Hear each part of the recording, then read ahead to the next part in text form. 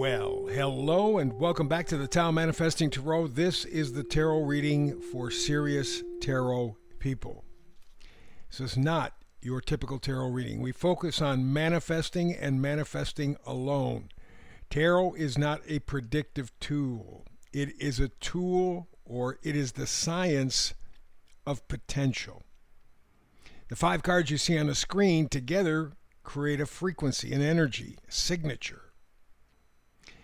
That signature will probably resonate with maybe 10% of the people listening. Maybe, if I'm really lucky, 20%.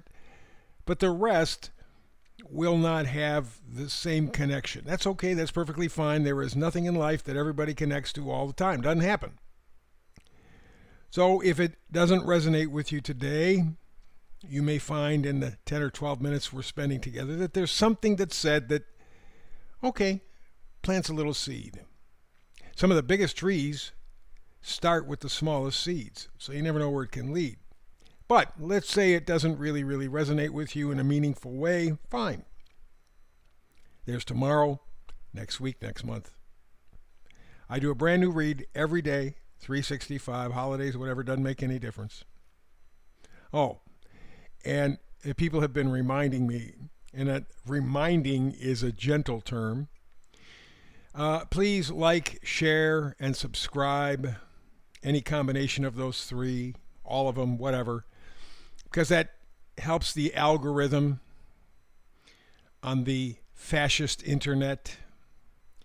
And that being the case, it makes this tarot reading rise up in the rankings just a little bit.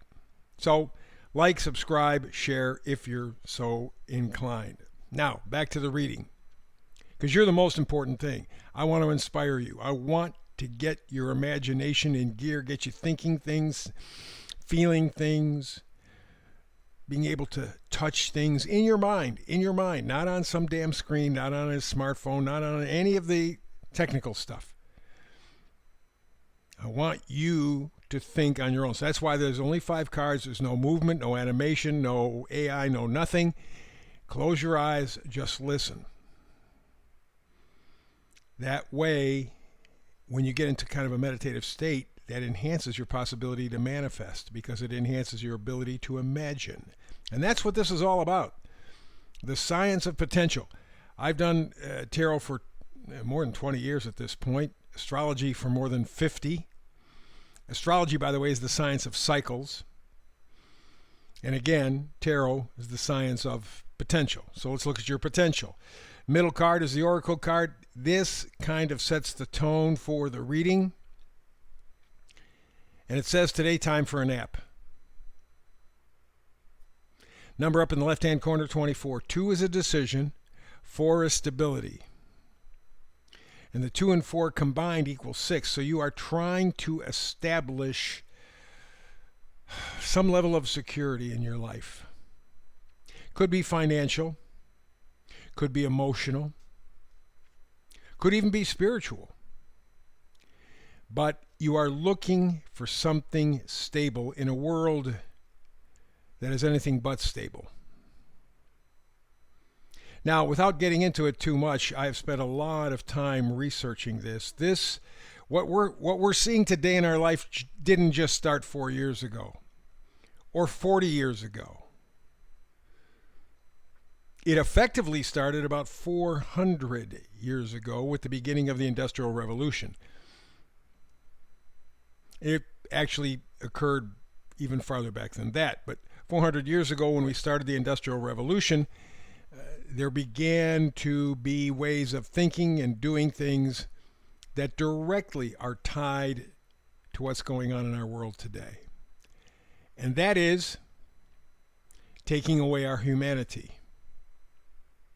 How do you do that? Well, there's a number of ways. You can see people divided all over the place. That helps in terms of destroying our civilization and humanity across the world. Then there's diseases, pandemics, wars, all kinds of things, and they're all designed to destroy and separate us.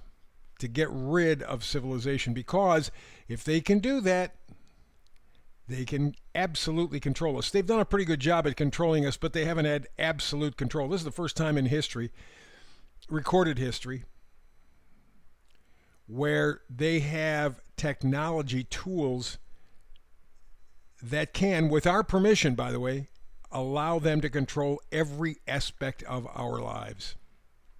Even to the point of controlling your thinking, your thoughts, your emotions, implanting chips.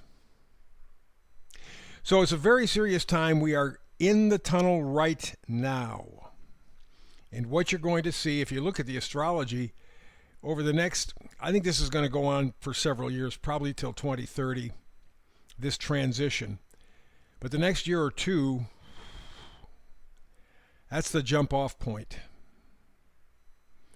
And that jump-off point will determine what the hell happens to humanity. Do they get rid of most of us like they plan to? Bill Gates said in 2008, I believe, at a meeting, international meeting, that the goal by 2050 is to have 500 million people on the planet. That's it. Well, if we have 8 billion now, 500 million means that in a group of 10, 9 are dead. Only 1 remains. So that's from his mouth, from Klaus von Nazi, you know, the WEF guy, and others. They want the population way down. So that's why you're seeing people get sick and die from this pandemic thing. That was the intention. All you got to do is pay attention to the actuaries, the people who do the books for insurance companies. You know, the people that have to pay if you have a claim. They got to watch the money. They got to watch the claims. And they're worried. Because based on average, and the actuaries are really, really careful. Their job depends on them being right on the spot. And the actuaries say, we could have insurance companies go broke. Too many claims, meaning too many people dying too fast. That's what you're facing. Whether it's comfortable for you or not doesn't make any difference. So, the card today says time for a nap. That means step back. How about putting life in low gear, not high gear, low gear, and just kind of backing it down a little bit. The meme for today: children questioning rules and traditions you expect them to automatically follow is a sign of intelligence, not troublemakers. Get rid of the idea that unquestioned obedience is a sign of goodness. It's not. Unquestioned obedience is a sign that a person doesn't think for themselves. And frankly, most of the world is in that position. However, they're getting backed into a corner. They're beginning to feel that. And the next year or two will tell us what happens with that situation. So, all the way to the left, we go to the 5 of Cups. Cups are emotional attachments, connections, not necessarily romantic, just a thought, idea, person, a memory, whatever, from the past that you are connected to. It resonates, and it can be good or bad, by the way. And in the 5 of Cups here, we see this person standing by the shoreline. 3 cups are spilled over. 2 cups are full, and right behind him, he doesn't see him. He's looking at what he lost, not what he still has. And there's a bridge, and there's a castle. The castle is where he wants to go. Take nothing to get there. Turn around, pick up the 2 cups, go over the bridge. You're in the castle. Boom, you got what you want. But no. No. You have to focus on what you don't have. That's how the system works. And so because of that, we find ourselves in the next card, the 9 of Swords. The 9 of Swords is a tough one. It's those nightmares at night. It's getting up at 3 or 4 in the morning going, boy, I coulda, I shoulda, woulda. Geez, oh, peace. What the hell did I do with my life? 9 of Swords is nightmares, grief, despair.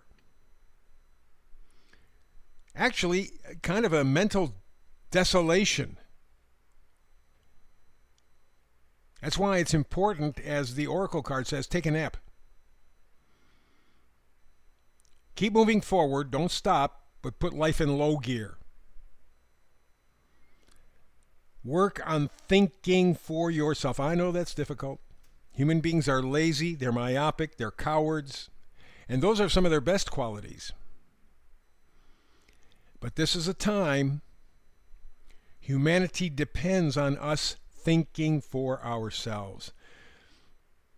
And so the Five of Cups says, break away from your attachments, your emotional attachments to what's comfortable for you. Look behind you. You got 2 more cups. You got the bridge. You got the castle. You can be there.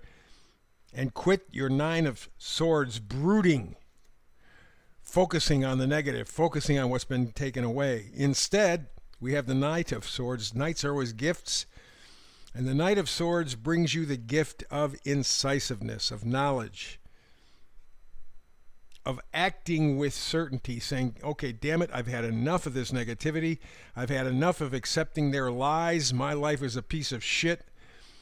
Yes, I can blame them, but I got to blame me for not thinking on my own. I mean, the people who bitch the most about the conditions are the people who don't even have the curiosity to learn.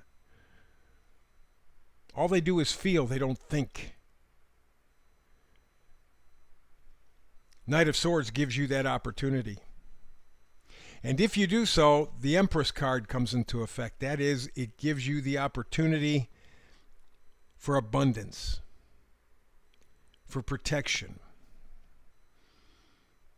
No, you may not have the same things. Your priority list may change. Maybe you're not just chasing money, but you're actually trying to live your life. Remember, you only get one. You can lose a fortune and get it back. You can lose your health and get it back. Time, once spent, is gone. And as you get older, it goes much faster. Time is the one thing you cannot purchase. That's your most important product. So put your life in low gear. Take a nap. Keep thinking, but learn to think for yourself. Be curious enough, because your future, the quality of your life, depends on it. Do you want to eat bugs? Do you want to be confined to your room, to your home? They tell you when to go, what to eat, what to think, what to be, what to feel. And I love these people who go, my body, my life. That wasn't the case when they made you get the shot 4 years ago, was it? It wasn't your body, it wasn't your life. You take this shot, and we know from the people who keep track of the numbers for the insurance companies, lots of people are dying. Way above what they would expect. 40, 50, 100,000 people more a year dying. So think for yourself. That's the number one. And to do that, put life in low gear. Slow it down. And take a look. Have the courage to really take a look. Your life will depend on it. That's tarot reading for today. Back again tomorrow with another. Between now and the next time you and I talk tarot, peace and blessings.